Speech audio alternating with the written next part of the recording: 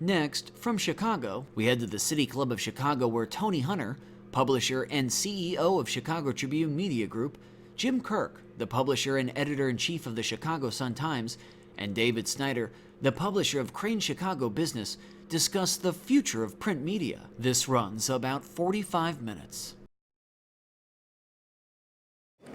Given this crowd, we don't have to have lengthy introductions. In fact, I never give lengthy introductions. Look at this. Tony W. Hunter is the publisher and CEO of the Chicago Tribune Media Group, one of the nation's largest and diversified media and marketing solution companies, an accomplished media executive. Hunter is the chair of the Metropolitan Family Services, secretary of the Newspaper Association of America, a current member of the Civic Committee of Chicago, and sits on the board of the directors of the Alliance for Audited Media. Mr. Hunter, give him a round of applause. No connection. He's going to talk. That audited stuff is only for guys running for president, so we got that done. Oh, that could be Trump. He moves fast. You know that? All right. Next, we have Jim Kirk. Jim is. Hold on. Oh, God. I hate this. I'm doing a Rudy Giuliani. Mr. Kirk is the publisher and editor-in-chief of the Chicago Sun-Times. Previously, chief of editorial operations at Crain's. Prior to Crain's, he was a managing editor of the Chicago News Cooperative. Jim, you worked at a lot of places. Last but not least, and most important, Jim grew up in the south suburbs of Chicago and received his BS in mass communication from Illinois State University. Round of applause for Mr. Kirk.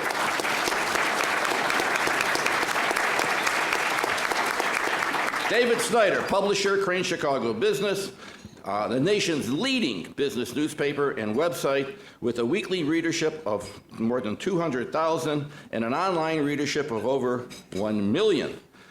Many accomplishments, a native of Easton, Pennsylvania. Who's from Easton? There's Larry Holmes, the Easton assassin. Don't mess with David. That's right. Be careful. Okay. Mr. Snyder is a graduate of American University in Washington, where he received his degree in business administration. Let's have a round of applause for Mr. Snyder. Mr. Hunter, you'll go up first. Each gentleman will have around 5 minutes to give his thoughts and ideas on the topic. And let's make sure all the questions are on the topic. Mr. Hunter, it's yours. Thanks, Paul. Good afternoon. Come on, let's go. I look for motivation when I come to these, encouragement, so I come early and talk to folks beforehand, and one of my colleagues said to me, well, I've seen you speak before. You go on and on and on. So it didn't go so well. So I'm going to try to be brief, but the topic, I give credit to the City Club. They picked a great headline. And for the speakers, not so great, but seriously, I'm very proud to be here representing the Chicago Tribune Media Group and all of my colleagues back at the Tribune. And I'm very proud to represent them. And I'm very proud that we've embraced the disruption that's occurred in our industry. A big part of what gets written about is technology, but a lot isn't talked about with people and culture. And I'm very proud to represent our company because I believe our company has adapted to the disruption and the transformation that's required. So we tried, back in 08, 09, we said, if we're a newspaper company, going to be tough sledding. We need to transform ourselves and be a business services and media company that happens to publish a newspaper. And I think that difference in the building has really positioned us well to deal with what we know is a lot of disruption in our space. Our purpose remains the same, to entertain, inform, inspire, empower consumers anytime, anywhere, and how they want it. And we continue to do that because we believe content is king. It will be king for a long time to come. And as long as we're unique, relevant, interesting, and we continue to go to market with our great brand, we believe there's a long future for our company. We also view print as a platform, and I know today is, the title of the segment is about print, but we just view that as one of many platforms, and we believe that it's going to be largely driven by the marketplace in terms of what happens with print and it's a matter of economics. And as leaders of our respective companies, it's our job to navigate that and to make sure that print continues to deliver great value for as long as possible. We've done a lot of things. I won't go through those, but maybe a handful of things I'll just point out. We have more content than ever before. We have more consumers than ever before. We're the #1 news website in the Chicago DMA. So we are far from declining. We're very proud of those facts. And the key in the future will be for us to continue to evolve our company and our offerings to make sure we stay abreast of the marketplace changes and capture people when and where they want it. And we have a saying, we're very proud of our past, but we're more focused on our future. And we think that future is bright. Thank you, Paul. Okay.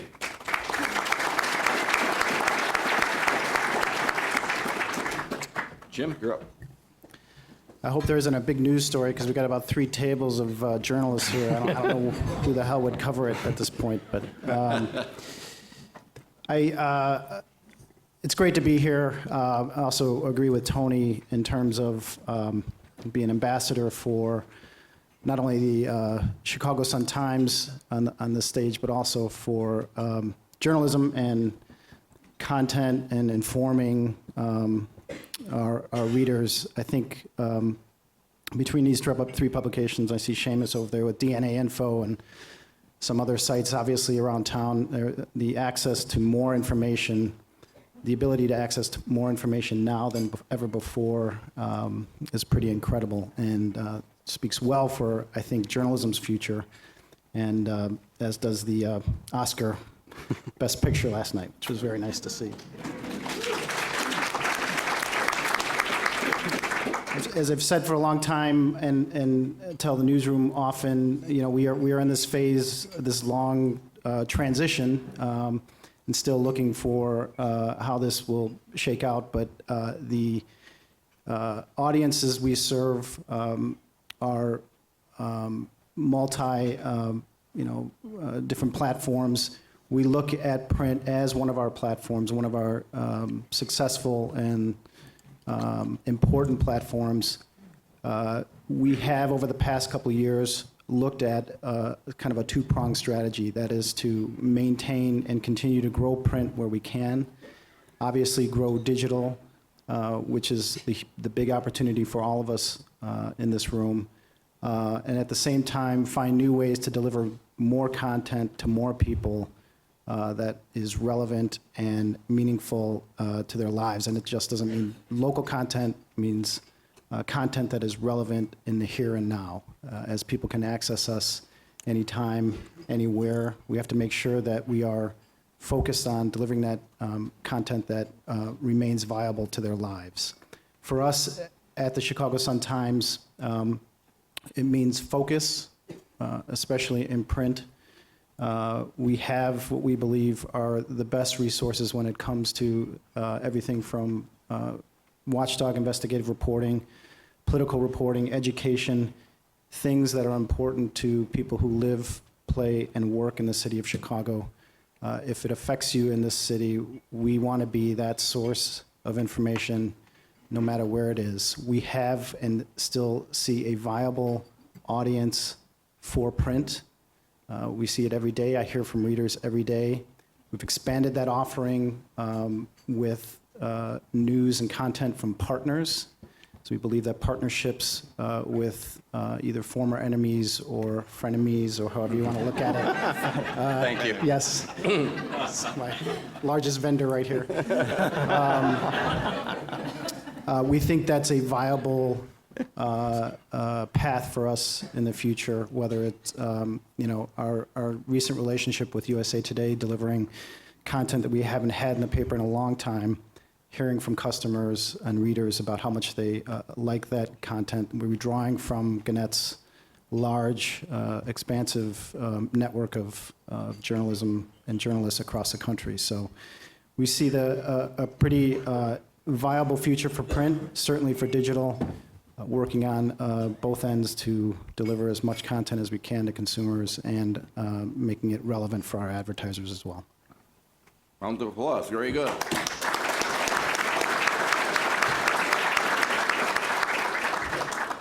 Not much need for editing so far, huh? Okay, Mr. Snyder, you're up. First, I just want to say it's a true honor to be up on the stage today with people that are competitors, but also friends. And even though we may compete in some areas, we're all in the same boat in terms of our quest to deliver the highest quality of journalism in Chicago. And both Jim and Tony have just done a wonderful job at that. I want to start with both, first a disclaimer and then two anecdotes. Because I'm going to be a little bit more bullish on print in the midterm than maybe Tony and Jim.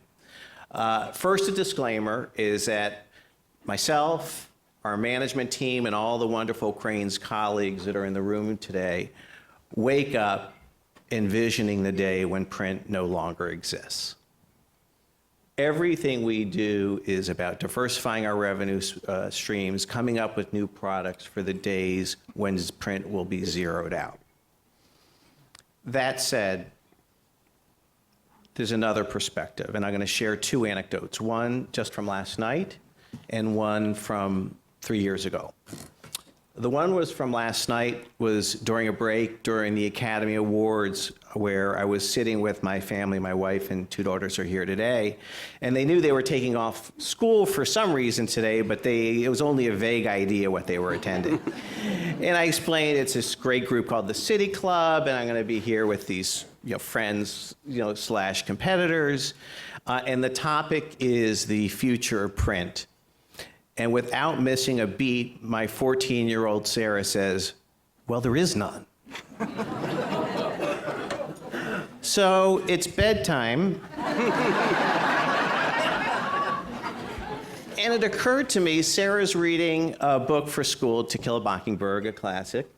And Sarah had a choice whether to buy that book online or whether to buy it hard copy. And she's reading the hard copy. So I said, "Sarah, you said print's dead, but you're reading this book." And she hesitated for a minute, and she explained this feeling that I think we all have about print. And that's that special tactile feeling that we get from whether reading a book or a newspaper or a magazine, that's very special and very intimate and very different than that you experience online. The second anecdote was from 2013, when, as a management team, I asked everyone to give me a date when they thought Crain Chicago business would no longer be printing in print. And the average was about 2020, but there were some people that said, 2016 or 2018 will be the last time that we will be in print, which means that either this week's or last week's issue was an illusion, or that we're still in the print publishing business. So fast forward from 2013 to 2015, and I look at our print business from last year, and our single largest growth category was not digital, it was print advertising. Our print advertising increased by 10% last year from a dollar perspective. So our print subscription revenue is up. Not by a lot, but in this area to have our print subscriptions rise is a home run given the broader industry trends. So, print is dead. Long live print. But again, we're not under the illusion that this will last forever. But we are in a little bit of a different spot than both daily newspapers who are represented here, and that is Crain's has a very fortunate niche in the marketplace. Being weekly in print and daily online is a beautiful, beautiful interaction from both a reader and an advertiser perspective. Is when you're a daily newspaper, are you online, which is more daily or more immediate, where for us, being daily online opens up a whole new opportunity for readers and advertisers. And as Paul mentioned, our digital readership is about 4x larger than our print readership is. But it won't always be that way. But in the meantime, we have to maximize every opportunity we have in print. And we are reinventing our print publication under the great leadership of Michael Arndt, our editor, and our editorial team. And the print edition that you see of Crain's today is very different than it was even 5 or 6 years ago. Then we were a newspaper, and today we're somewhere between a newspaper and a magazine, and we are giving people every day a value proposition that makes it worthwhile to pay $119 a year to be a print subscriber to Crain's, or to pay $20,000 a page or $22,000 a page to be a print advertiser. I think what's overlooked in all of these debates is the concept of the hybrid reader. Is we tend to kind of pigeonhole people that we're either print or we're online, when the reality is there's a huge market out there that wants both. And we're seeing that. We're seeing that even though that ebooks are popular, print books are making a rebound. We're seeing it in the fact that we're out at events and I meet someone who's 30 years old that may have a digital subscription but also has a print edition. So this concept of the hybrid reader is really important. And I think the risk we take as an industry is throwing in the towel and disinvesting in print too quickly, because the only economics that work for the time being is to have a healthy print business, even though it's going to go away, even though we need to do other things in order to plan for the day when print is not there. What gets me out of bed in the morning every day is two things. One is producing the best journalism possible with the best possible newsroom we have, and two is to provide a good rate of return for our owners. And I think the two are very much linked. Without the great journalism, there's not the great return. And for now, print still makes up the bulk of our revenues, and we still have to maintain whatever last opportunity there is in print while planning for the future and planning for a digital future and many other diversified businesses we have. Okay, David, very good.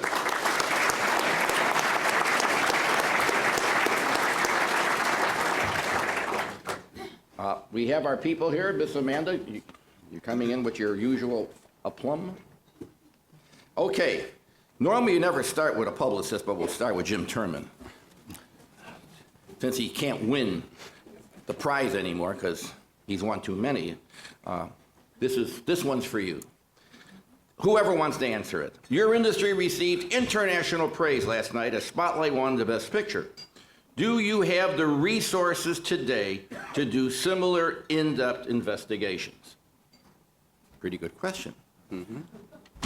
Don't all jump. Anyone? I'll go first. I know, Jim, you have a similar answer, I'm sure. Back in probably 2008-9, we made a significant investment in investigative reporting at the Chicago Tribune. And then again in 12, we did another investment to expand because of the response we received from readers. So we have heavied up our resources on that content because we believe it's unique, it's differentiated, and it's required of us. We're a mission-driven business. We believe we're supposed to identify malfeasance and other activities and tell about those, tell the public about it. We've made that investment. We've also ramped up on the editorial page, which in many ways is also a way to uncover things that the public should know about. So we've invested heavily there and taken costs out that are not customer-facing. So we do have the resources. We will continue to invest in that area because we believe long-term that is something we should do, and it's part of our legacy to do that, and we intend to continue.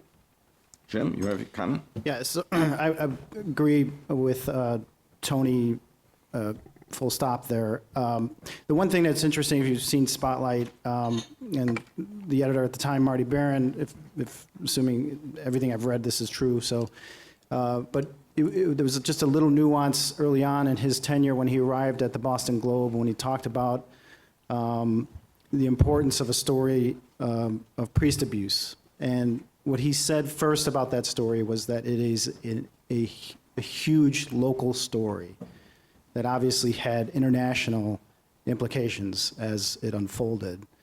But at first, his first instinct was to focus on local. And the area where newspapers are going to win always is when they focus on their audience, their local audience. And so we too have invested in our watchdog reporting because we believe it is the most important thing that a newspaper can do. We believe that it is the most important thing that readers want to understand about their community around them.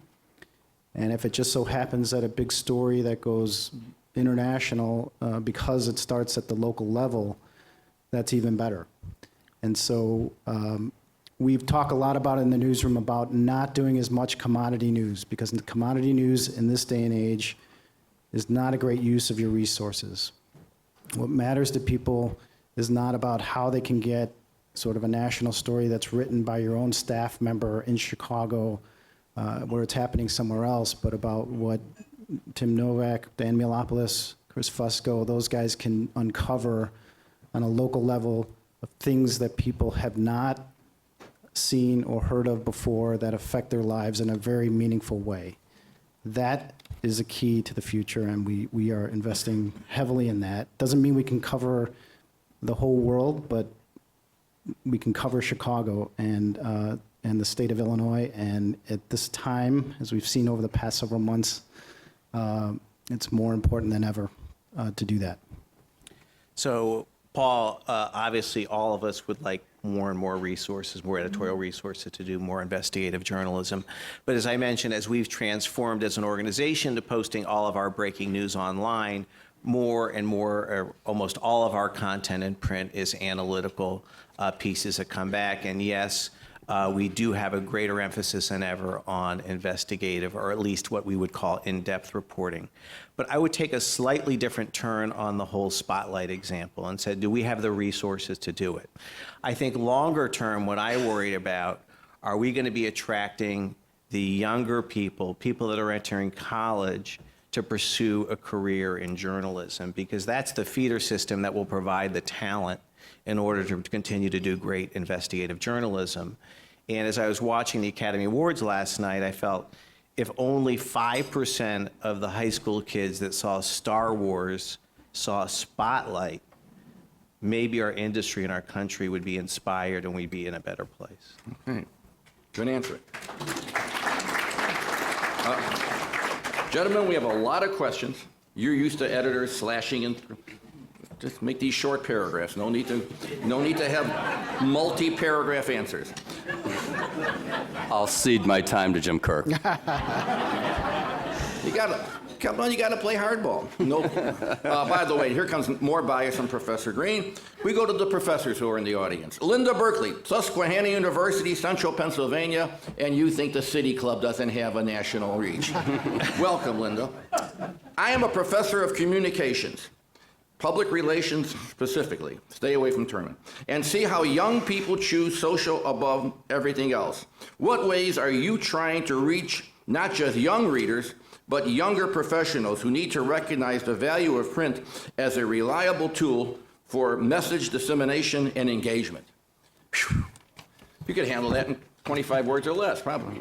That's David, why. you go first. You always are playing I'm cleanup not, here. I hate to do this, but you're going to almost have to repeat the question. Better than that. Now you know why I ceded to you. Read it yourself. Okay, Linda, with all due respect, and as a fellow Pennsylvanian, let me just get me, I see people choose social.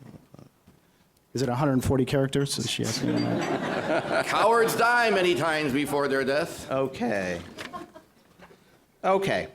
Do you think you got it now? I do. And I'm going to attack the social media and the young professionals question very, very quickly, because there are others that will probably add additional value. One is all of our key managers are on an incentive plan. And one element of that incentive plan last year and in this year also will be to increase the number of people following Crain's on the various social media outlets.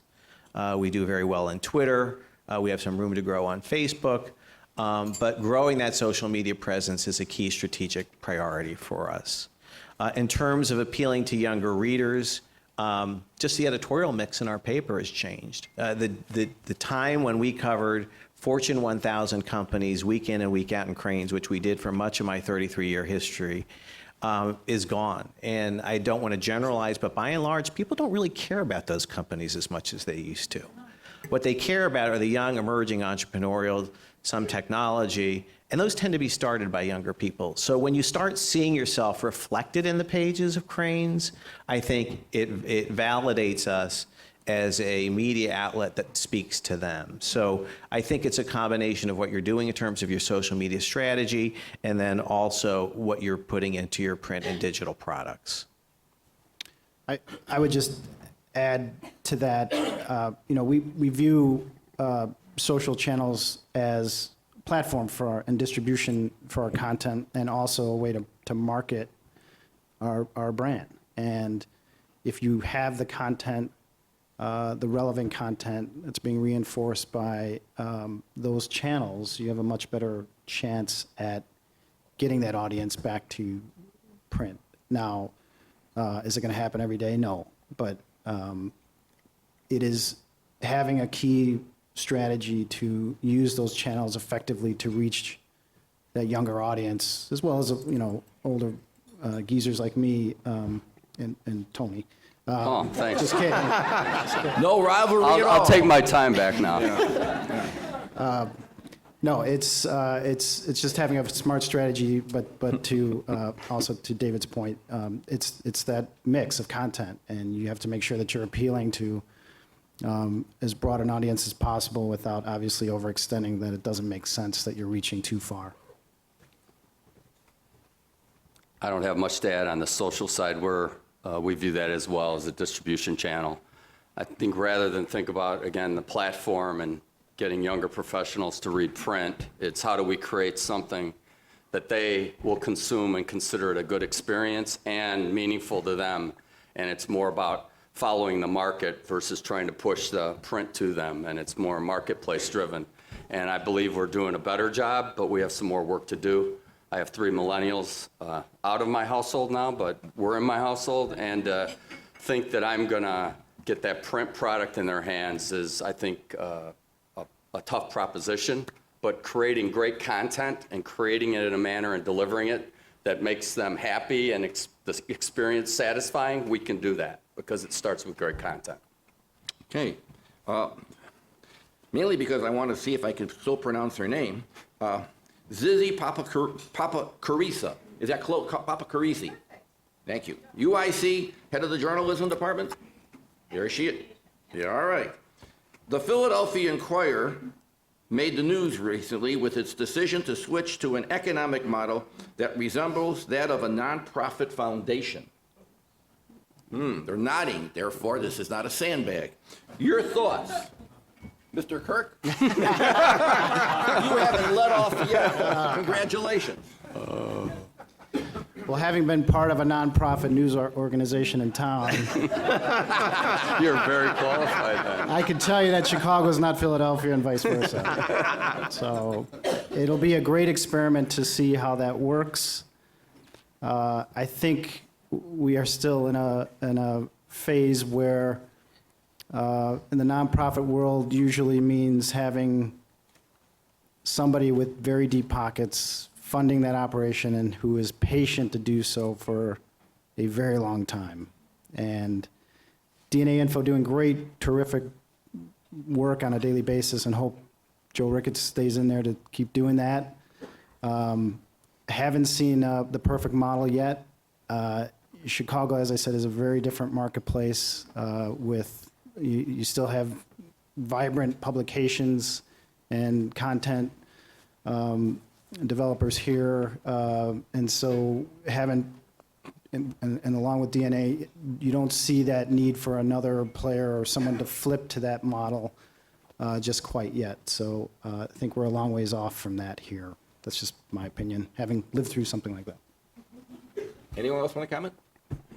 I would generally agree with Jim. I think the one area where there perhaps is some opportunity, if there have been instances in public media and maybe also maybe in private media where foundations who had a certain interest in in-depth coverage of a topic will provide funding to a news organization either directly to a newspaper or through a third party like ProPublica that actually supplements the work done by in-house newsrooms. So I would agree with that, and in fact, I think some of the Tribune papers, especially the LA Times, have benefited from something like that. That to me is I could see that as being a very obviously useful tool in the newsroom and a more viable hybrid kind of a combination. Okay. Showing the fairness of this organization, we have David Cohn from the Union League Club. David, raise your hand. There he is, right there. Very good question. Do you think that the digital media affect the way journalists write? In other words, do journalists of the print era think or write differently from their digital counterparts? Don't all leap at once. If you want to all take a pass, we can do that. Again, I'll start with the marketplace. Go ahead, Tony, you're brave. And I think, again, the platform that you deliver news and information in many ways also is linked to how people want to consume that information, the amount of time they're going to invest. There's so many news snackers these days that, and we love them, by the way, because that means they're coming to our brands, right? And they see value. But to think they're going to go through a long form news article or column when they're snacking, we'd like that. But I think all of our writers and columnists are finding a different way to write for the web. We call it digital first and then reverse publish to print. And so I think to David's earlier point, both the current journalists in the House are making that adaptation to the way they write. And we need to also get some folks, younger folks that want to be journalists, and let them come to the organization and bring new skills as well across all screens. So I think it's a combination of investing in our people we have today and also bringing in some new folks that are cross-screen, if you will, and have been taught that way. So it's a combination.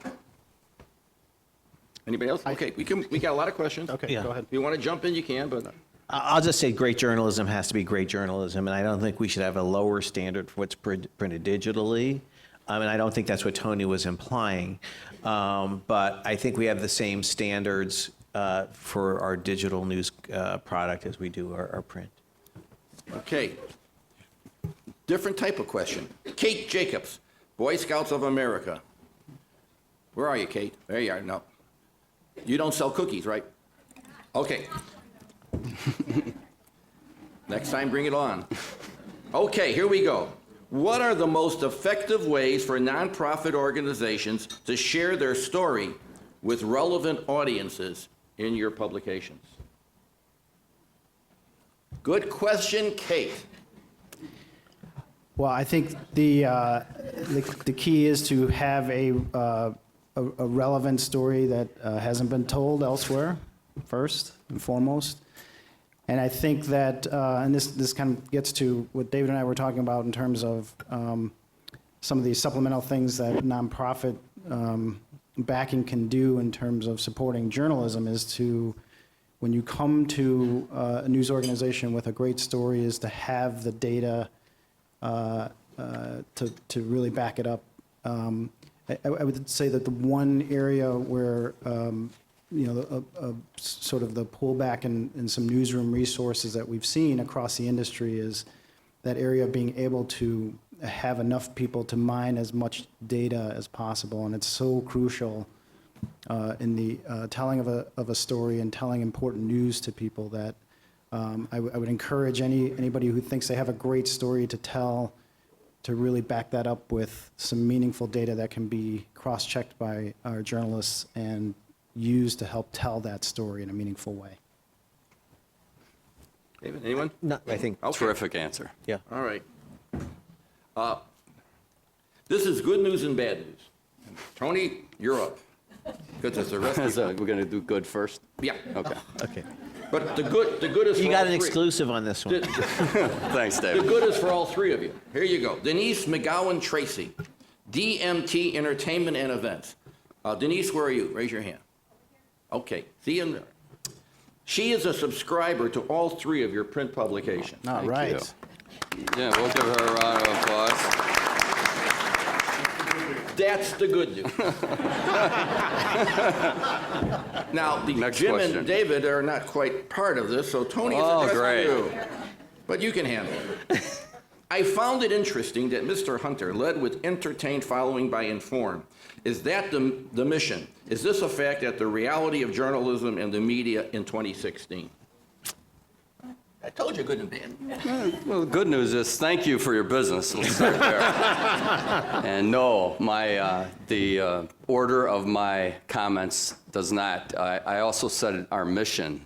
We're a mission-driven organization, and that begins with informing in a credible way. I believe we also can entertain.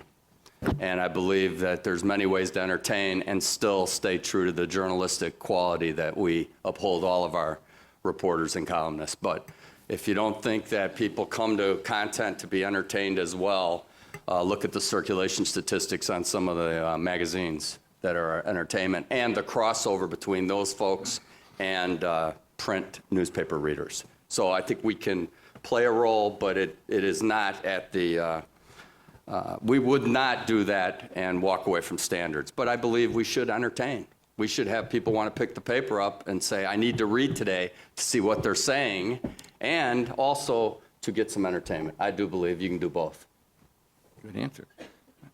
I assume both you guys passed? No, go ahead.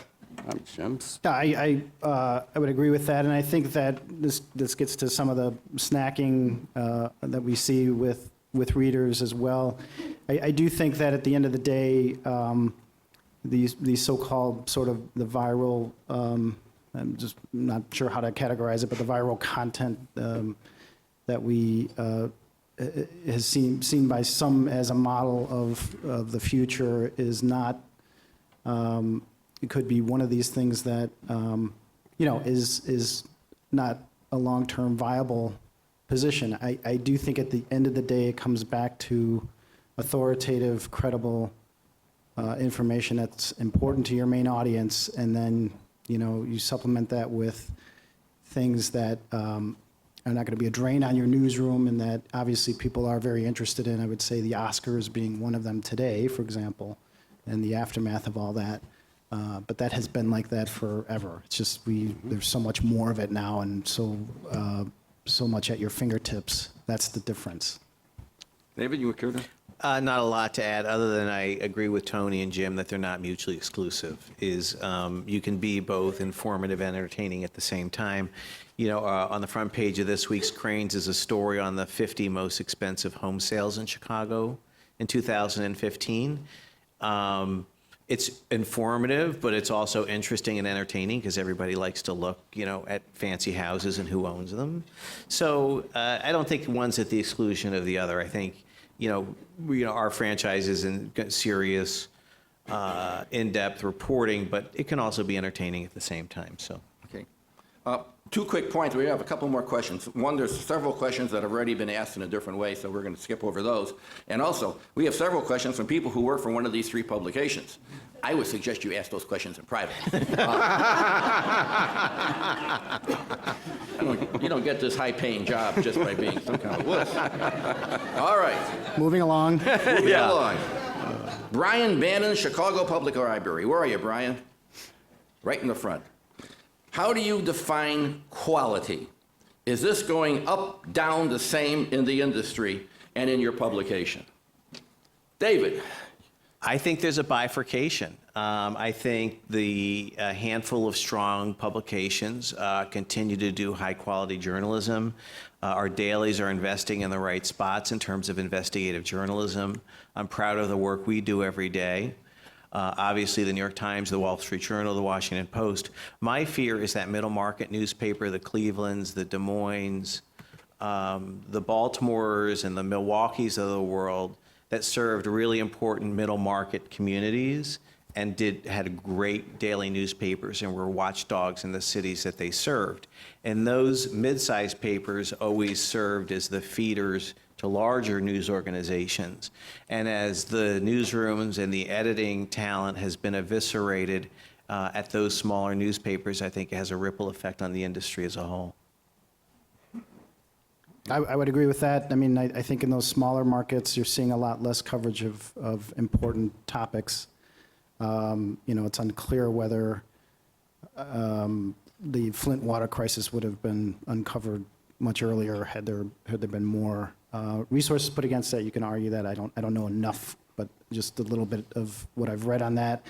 But the fear is that things, especially in smaller markets, how your local tax dollars are being spent is very important to readers, and you got to wonder how that gets covered, and if your newsroom is just one or two people going forward. You're watching the Illinois Channel. an independent nonprofit corporation formed to provide gavel-to-gavel coverage of Illinois state government and other public affairs events taking place across Illinois.